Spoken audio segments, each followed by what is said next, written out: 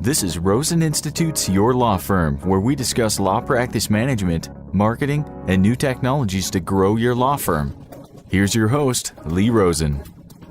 Marketing only works if you do this one thing. Some lawyers lie to me. It happens like this. We sit down and the lawyer looks at me and says, my marketing isn't working.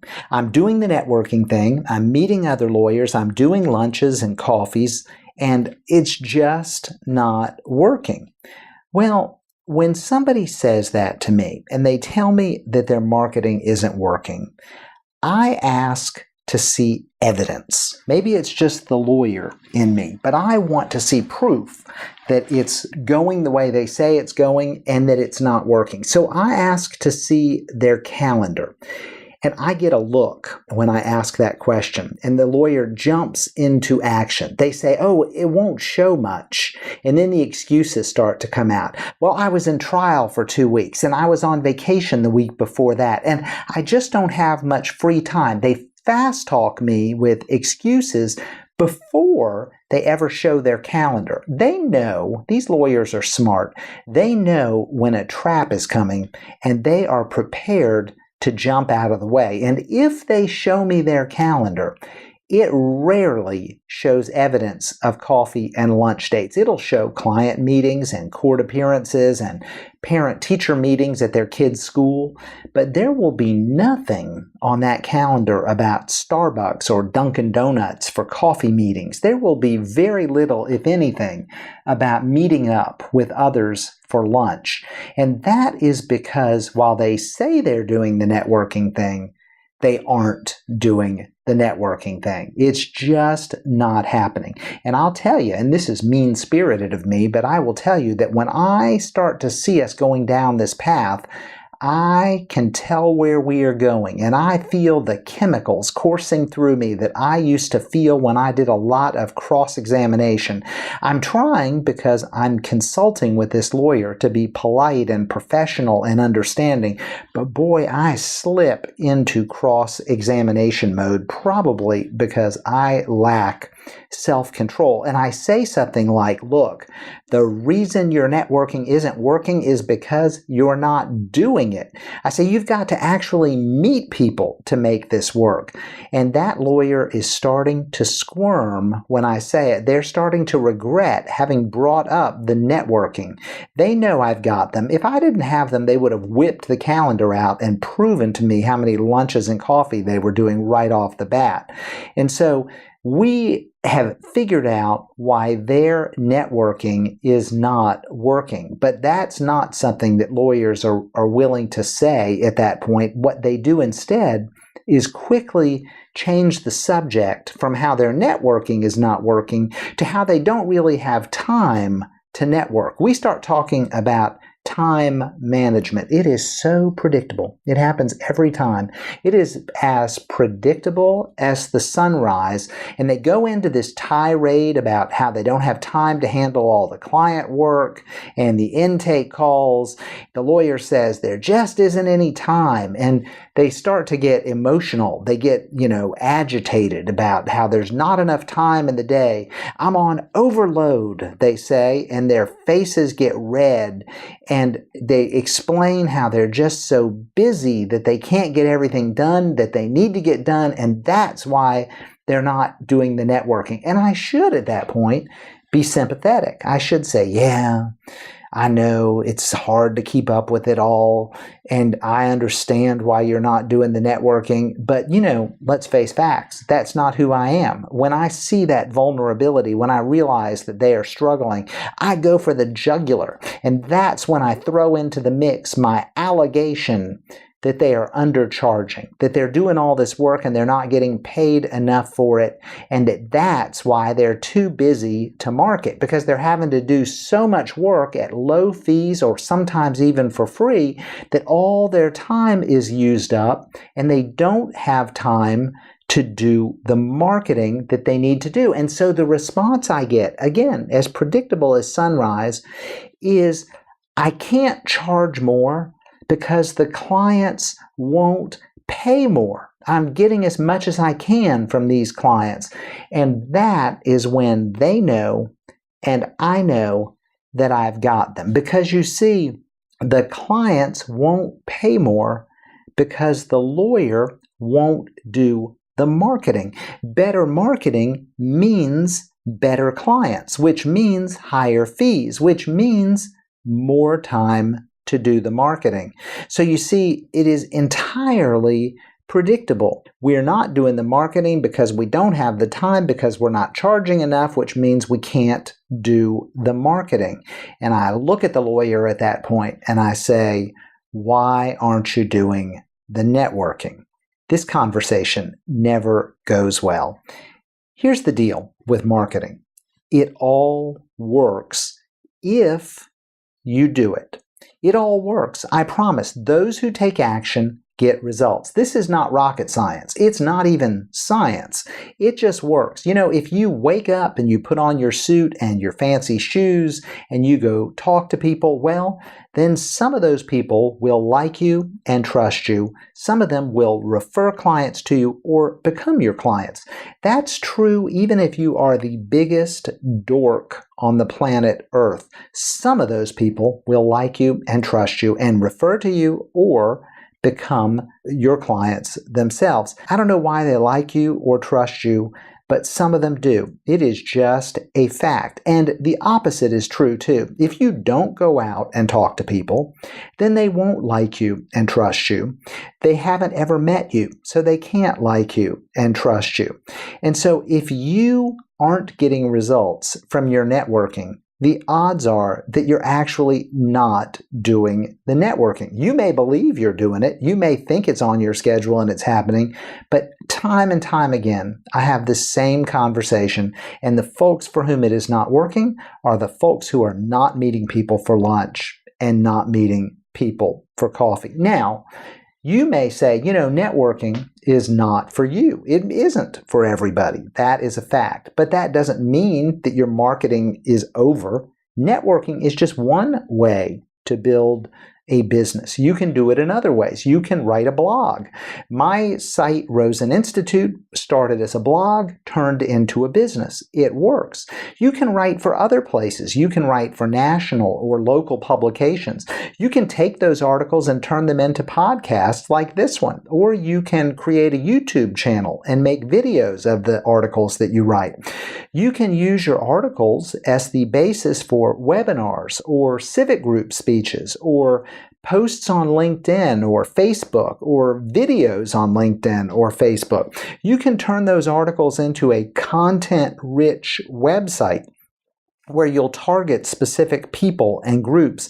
You can go further and you can run ads on Google AdWords or Facebook or local media or other outlets, or you can become active on social media, Facebook and LinkedIn and Twitter and Snapchat and Instagram. There are lots and lots of ways to grow your business. There are lots of ways to do the marketing if you'll actually do it. Now, if you listen to me talk about this list of things you could be doing, and if you don't find yourself energized and excited about at least one of them, well then, you know what? This may not be for you. Private practice of law requires attention to marketing. You can't grow a practice if you don't market. And if you don't want to do this, then you're going to have a tough time. Well, the good news is, this is not the only option. You can go do something else if you don't have the enthusiasm for the marketing. Now, when I say enthusiasm, I mean you've got to actually do it. It's not about learning about it. It's not about hiring a coach. It's not about drafting a plan. It's about action. And if you don't have the enthusiasm for taking action and for doing it over and over and over and over again forever, then maybe this just isn't your thing. That's okay. There are many, many other things that you can do with a law degree. You can work in-house. You can work for government. You can work for a nonprofit. There are a lot of options for someone who chooses not to market a private practice. Don't feel like you're stuck. Just accept that if you think about marketing and it makes you want to curl up into a fetal position and hide, then this probably isn't a good plan. because running a business requires marketing. If you will take action, your marketing will work. I said it earlier, all marketing works. Even really dumb marketing ideas work. One time I gave away marriage licenses on Valentine's Day to get publicity. That worked. I know a guy that had his car wrapped in plastic with his law firm name and phone number on it. That worked. Bus benches with lawyer advertisements work. Ads in the theater before the movie starts to play. That works. Craigslist ads work. Writing articles for Playboy works. Having naked pictures of yourself published in a national magazine works. Seriously, it all works. Marketing is about being known and liked and trusted. And if you go to a busy corner and scream your name and your practice area and maybe your phone number over and over again out to the crowd walking by, it will work. You will become known. Those folks will know who you are. And as weird as it may be, some of them will like you and will trust you. It all works. Some of it works better or worse depending upon what you're offering and to whom you're making the offer, but it all works. You've simply got to do it. The trick, and it's not really a trick, for making marketing work is to do the marketing. You need to find a way to make marketing matter to you. It needs to become a priority. It's mostly emotional. It's about talking to yourself and making a decision to take action and to keep taking action. I sat down and recorded this podcast on a Monday morning. The fact of the matter is that I do this every Monday morning. Why? Why do I do it on Monday instead of on Tuesday or Thursday? Because the plan is to do it on Monday morning. I start worrying about it on Sunday night. That's when I start to get nervous and anxious if I don't have an idea. Then I go to sleep on Sunday night and I wake up early because I know on Monday morning I've got something that I need to do. Now, it would be easy for me to stall or to delay, but I don't because I've made this the thing that I have to do on Monday morning. It's right up there with the other essentials in my life, with bathing and eating and dental checkups and taking my pills and talking to my mother. I don't debate it anymore because it's on the list for Monday morning. I just do it. I'm not going to tell you that there aren't many other things I would prefer to do instead of record this podcast. But that's just not the way to get it done. It's easy to slip if you're willing to slip. I am committed to this routine, to getting this done. I look at getting this done like I used to look at picking the kid up from school. It has to be done. I couldn't just leave the kid at the school and skip it. I had to get there and get it done. That's the way I look at recording these podcasts.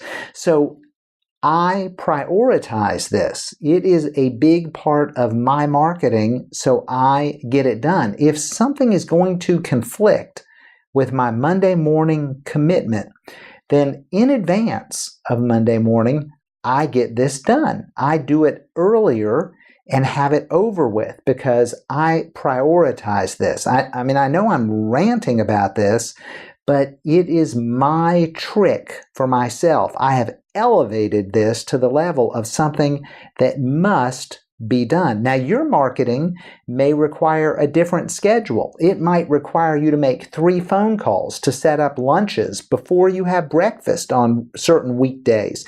It might involve emailing a civic group each day about arranging a speaking opportunity. Maybe it involves scanning for media exposure opportunities or responding to social media posts. Whatever it is, whatever your task is, whatever your schedule is, It's only going to happen if you make it a priority. So what if it's still not working? Look, if your marketing isn't working, the problem probably isn't your approach to marketing. It's probably not working because you aren't doing the work. Go sit and look at your calendar. Save yourself my consulting fee and check and see if you are actually taking action on your marketing. Sometimes we don't even know our own reality because being so busy skews our perception. Thinking about marketing can trick our brains into believing that we're actually doing the work of marketing. All of the learning and the reading and the webinar attending and the planning, it all feels like marketing, but it's not. Marketing doesn't happen until you engage with other people and make them know you and like you and trust you. So if your marketing isn't working, now you know why it's not working and you know what it is that you need to do. You know that it's about action. And when you take action with frequency and regularity and persistence, you'll see results. When you make the marketing something that must be done, it will get done. That's when you start to see the results of your marketing begin to happen. That's when the phone rings and your practice grows. It's hard to accept, but for most of us, the reason our practice isn't growing is because we're not doing the marketing. You can lie to me about it if you like, but don't lie to yourself. Until next time, I'm Lee Rosen. Thanks for listening to Your Law Firm. For more information on how you can take your law practice to the next level, visit roseninstitute.com. You can also subscribe on iTunes. Follow Lee Rosen on Twitter at Lee Rosen